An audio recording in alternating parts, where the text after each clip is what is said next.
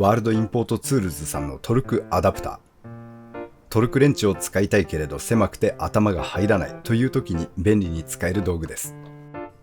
壁のギリギリだったりでどうやってもトルクレンチが使えない時にこれを接続することで補正が必要とはなりますが、障害をかわしながらトルク管理を可能とします。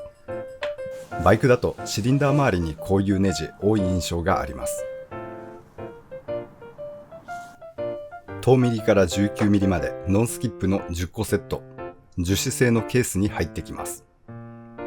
それぞれ2インチ延長となる一般的なサイズです。表面は磨きの仕上げ、綺麗とかかっこいいとかそういった感想は持ちませんが、仕上げの悪い箇所もなく、リングの外形も一般的。コンビレンチと比べてサイズによって厚かったり薄かったり、一般的な用途においてリングの厚みで困ることはないでしょう。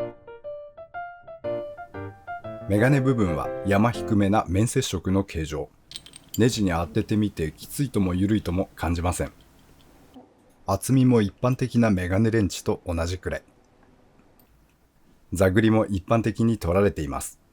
倒れすぎるとも感じませんで、本当に使ってみて全てにおいて一般的な印象です。差し込みのメス側はディンプルではなく1箇所穴が開いていまして、そこにハンドル側のボールを合わせます。合わせるのがめんどくせえですが、頻繁に使うものでもございませんので、これでも良いかと感じています。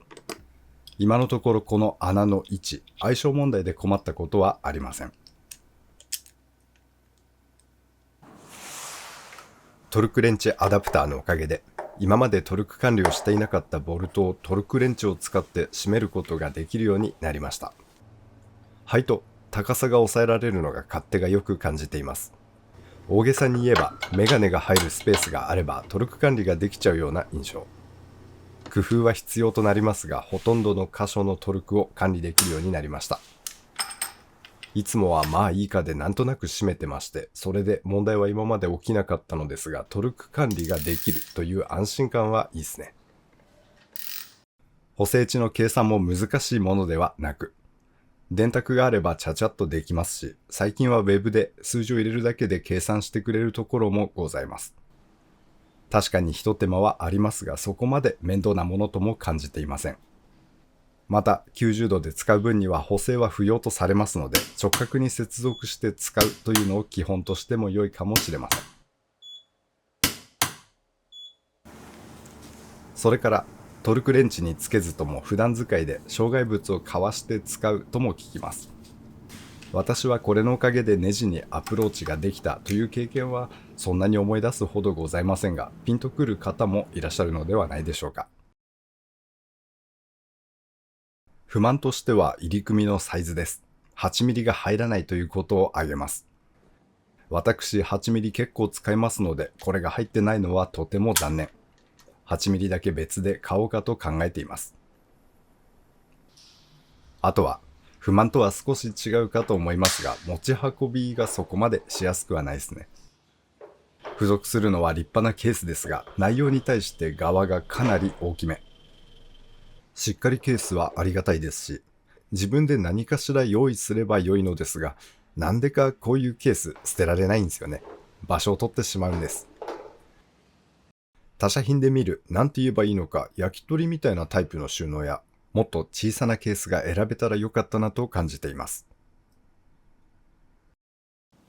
ワールドインポートさんのトルクアダプター。あまり一般的な道具ではないですが、整備に慣れていない時期にこそいいのではないかと感じています。手トルクなんてわけがわからないうちはこれが助けてくれますし、手持ちの道具が少ないうちはこれに助けられることもあるでしょう。そこまで頻繁に使うものではありません。普段の作業には持っていくことも少ないですが、なんだかんだ助けられている道具です。できないをできるに変えてくれる道具。機会がございましたら手に取られてみてください。ご視聴ありがとうございました。当チャンネルではこんな感じに道具の紹介をしております。お時間許しましたら他の動画も覗いていってみてください。皆様には再びお会いできますことを願っております。それでは次回まで。せや。